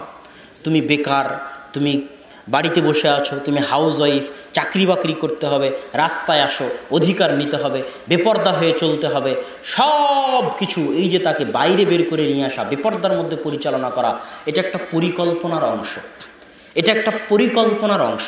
এই জন্য সব জায়গায় দেখবেন মেয়ে। এখন যদি সৌদি আরবেও যান, তবুও দেখবেন যে ওই যেখানে রিসেপশন, সেখানে দেখবেন সৌদিতে এখন মেয়েরা বসে আছে। এটা ইহুদি খ্রিস্টানদের বৃহৎ পরিকল্পনার অংশ। মুসলমানদের মেয়েদেরকে বাড়ি থেকে বের করে নিয়ে আসো। কেন? মুসলমানদের মেয়েরা যদি খারাপ হয়ে যায়, মুসলমানদের মেয়েরা যদি নষ্ট, ধ্বংস হয়ে যায়, তাহলে এই জাতিকে ধ্বংস করার জন্য আর কিছু লাগবে না। যে মেয়ে বেপর্দা হয়ে চলে, যে মেয়ে অপবিত্র হয়ে গেছে, যে মেয়ে প্রেম প্রীতি করে, সেই মেয়ের পেট থেকে সালাহুদ্দিন আইয়ুবীর জন্ম হতে পারে না। সেই মেয়ের পেট থেকে মোহাম্মদ বিন জিয়াদ, তারিক বিন জিয়াদ, মোহাম্মদ বিন কাসেম এদের জন্ম হতে পারে না। ওমর ইবনুল খাত্তাব, ইমাম বুখারী, ইমাম মুসলিমের জন্ম হতে পারে না। সারা বাংলাদেশের সব মেয়ে যদি রাস্তায় বের হয়ে গার্মেন্টসে গিয়ে কাজ করে জাতির যতটা না উপকার করতে পারবে, একটা মেয়ে যদি ঘরে বসে একজন সৎ আদর্শবান ব্যক্তিত্ববান ছেলে মানুষ করে যেতে পারে, তো ওই ছেলে তাদের চাইতে 1000 গুণ বেশি জাতির উপকার করতে পারবে। সম্মানিত উপস্থিতি, এই জন্য মেয়েদেরকে তাদের গুরুত্ব বুঝতে হবে এবং আপনার মধ্যে গায়রাত আত্মমর্যাদা থাকতে হবে। আল্লাহ হচ্ছেন সবচেয়ে বড় গায়ুর, আত্মমর্যাদা সম্পন্ন। আপনার মধ্যে কি গায়রাত থাকতে হবে? শুকুরকে দেখবেন যে শুকুর আর এক শুকুরের পিছন থেকে চেটে তার গু চাটে এবং খায়, কেন? শুকুরের মধ্যে গায়রাত নাই। এই জন্য শুকুরের গোস্ত যারা খায়, শুকুরের চর্বি যারা খায়, তাদের মধ্যে আত্মমর্যাদা বোধ নয়। তাদের স্ত্রী, তাদের মেয়ের সাথে যদি অন্য কেউ তাদের চোখের সামনেও জেনায় লিপ্ত হয়, তবুও তাদের ভিতরে কোনো অনুভূতি সৃষ্টি হয় না, কেননা তারা শুকুরের গোস্ত খায় আর শুকুরের মধ্যে আত্মমর্যাদা নেই। কিন্তু উটের মধ্যে সবচেয়ে বেশি আত্মমর্যাদা আছে, উট এটা সহ্য করতে পারে না। আর আল্লাহ সুবহানাহু ওয়া তাআলা সবচেয়ে বড় গায়্যুর। তো আপনি মোহরানা দিয়ে বিবাহ করে এনেছেন, আপনার বউকে আর একজন দেখবে, আপনার মেয়েকে আপনি খাওয়ান পরান, আর আপনার মেয়ে রাস্তায় বেহায়া বেলেল্লাপনা হয়ে চলবে, এটা যদি আপনার সহ্য হয়, তার মানে আপনার শরীরে আর কোনো রক্ত নাই, সব কি হয়ে গেছে? পুজ হয়ে গেছে। মানে আপনি এখন আর আত্মমর্যাদা সম্পন্ন পুরুষ নন। এই জন্য আল্লাহ রাসূল আপনার ক্ষেত্রেই বলেছে, লা ইয়াদখুলুল জান্নাতা দায়ুস। দায়ুস জান্নাতে যাবে না। দায়ুস মানে কি? যার আত্মমর্যাদা নেই, দিয়াসা, যার মধ্যে দিয়াসা আছে। শুকুরের মধ্যে সবচেয়ে বেশি দিয়াসা আছে, আত্মমর্যাদা নাই, আত্মসম্মান বোধ নাই, যার তার সাথে গিয়ে মিলে, যার তার সাথে গিয়ে দেখা করে। তো আপনার মধ্যে আত্মমর্যাদা বোধ আনতে হবে। আপনার ছেলে, আপনার মেয়ে, আপনার স্ত্রী, তাদের সম্পর্কে আপনার মধ্যে আত্মসম্মান বোধ থাকতে হবে। পর্দার মধ্যে আত্মমর্যাদা আছে, পর্দার মধ্যে আত্মসম্মান আছে।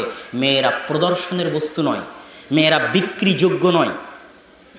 আদম সন্তানের কোনো অঙ্গই বিক্রিযোগ্য নয়। আপনি চুল বিক্রি করতে পারবেন না, কেননা এটা আদমের শরীরের অংশ, এর সম্মান আছে। আপনি কিডনি বিক্রি করতে পারবেন না, দান করেন, বিক্রি করতে পারবেন না, কেননা ধান, চাল, গম, গরু, উট রাস্তাঘাটে বিক্রি হয়। আদম সন্তান কি বিক্রি করার যোগ্য? আদম সন্তানের সম্মান আছে, আদম সন্তান বিক্রিযোগ্য নয়। উট, গরু, ছাগল বিক্রি করা যেতে পারে, আদম সন্তান নয়। এই জন্য আদম সন্তানের কিডনি, চুল কিছুই বিক্রি করা যাবে না। ঠিক তেমনি মা এবং বোনেরা বিক্রিযোগ্য নয়, পণ্যদ্রব্য নয় যে তাকে চেহারা দেখিয়ে অ্যাডভার্টাইজের মাধ্যমে টাকা ইনকাম করতে হবে, চেহারা দেখিয়ে বিমানবালা হয়ে চাকরি করে চেহারা বিক্রি করে টাকা ইনকাম করতে হবে। এটা নিজেকে বিক্রি করা, নিজেকে বস্তুতে পরিণত করা, নিজেকে পণ্যদ্রব্যে পরিণত করা, নিজেই নিজের সম্মানহানি করা, নিজেই নিজের মানহানি করা। এরকম বুঝার, এরকম অনুভূতি শক্তি যদি মা এবং বোনদের থাকতো, তাহলে কতই না ভালো হতো। মা এবং বোনদের এই অনুভূতি শক্তি কামনা করে যে আল্লাহ সুবহানাহু ওয়া তাআলা আপনাকে সবচেয়ে বড় জিম্মেদারি দিয়েছে, মা ও বোনদের সবচেয়ে বড় জিম্মেদারি একজন সন্তানকে সুসন্তান রূপে পালন করা, মানুষ করা। এটা সবচেয়ে কঠিন কাজ, সবচেয়ে কঠিন কাজ পৃথিবীতে। এর চেয়ে কঠিন, এর চেয়ে কঠিন, এর চেয়ে কঠিন কাজ পৃথিবীতে আর নাই। পারমাণবিক বম বানানো অত কঠিন নয়, মঙ্গল গ্রহে যাওয়া অত কঠিন নয়, চন্দ্র গ্রহে যাওয়া অত কঠিন নয়, একটা সন্তানকে সৎ মানুষ রূপে গড়ে তোলা যত কঠিন। আর এই কঠিন দায়িত্ব আল্লাহ মা এবং বোনকে দিয়েছে। সে যদি ব্যক্তিত্ববান না হয়, ভারাত্বপূর্ণ না হয়, সালাত আদায় না করে, টিভি সিরিয়ালের সামনে বসে থেকে সারাদিন টিভি সিরিয়াল দেখে, স্বামীর সাথে ঝগড়া করে, তাহলে ওই মার পক্ষ থেকে সৎ সন্তান কামনা করা যেতে পারে না। সন্তানকে কান্না থামানোর জন্য যে গান বাজায়, গান বাজানোর মাধ্যমে সন্তানের কান্না থামানো হয়, ওই সন্তান বড় হয়ে যদি লুচ্চা বেয়াদব না হয়, কে হবে? সন্তানকে গল্প শোনানো হয়, আগডুম বাগডুম কিচ্ছা কাহিনী, টম জেরির কার্টুন দেখানো হয়, তাহলে ওই সন্তান কেমনে আদর্শবান হবে? সন্তানকে আদর্শবান করতে হলে ইব্রাহিম আলাইহিসসালাতু ওয়াসসালামের কাহিনী শোনাতে হবে। সন্তানকে আদর্শবান করতে হলে মুসা আলাইহিসসালাতু ওয়াসসালামের কাহিনী শোনাতে হবে। সন্তানকে আদর্শবান করতে হলে ইউসুফ আলাইহিসসালাতু ওয়াসসালামের কাহিনী শোনাতে হবে। সন্তান যেমন মজা পাবে, কেন এই কাহিনীগুলো অনেক রোমান্টিক, অনেক চমৎকার, এত সুন্দর কাহিনী হয়তো পৃথিবীর মানুষও তৈরি করতে পারবে না। ইউসুফ আলাইহিসসালামের মতো কাহিনী, মুসা আলাইহিসসালাতু ওয়াসসালামের মতো কাহিনী, এত সুন্দর কাহিনী পৃথিবীর মানুষও বানাতে পারবে না। যেমন সুন্দর কাহিনী তেমন শিক্ষণীয়, সন্তানকে এগুলো শোনাতে হবে। তো সন্তান লালন পালন করার ক্ষেত্রে মা এবং বোনদেরকে আরও সচেতন, আরও চৌকস, আরও ব্যক্তিত্বপূর্ণ, আরও ভারাত্বপূর্ণ হতে হবে। যুবক, মা এবং উপস্থিত সকল মুসল্লির প্রতি পূর্ণাঙ্গভাবে তাওহীদপন্থী, ব্যক্তিত্ববান, ভারাত্বপূর্ণ, আত্মমর্যাদা সম্পন্ন হওয়ার আহ্বান জানিয়ে এবং আমার জন্য দোয়া চেয়ে আমি আমার বক্তব্য শেষ করতেছি। ওয়া আখির দাওয়ানা আনিল হামদুলিল্লাহি রাব্বিল আলামিন। আসসালামু আলাইকুম ওয়া রাহমাতুল্লাহি ওয়া বারাকাতুহু।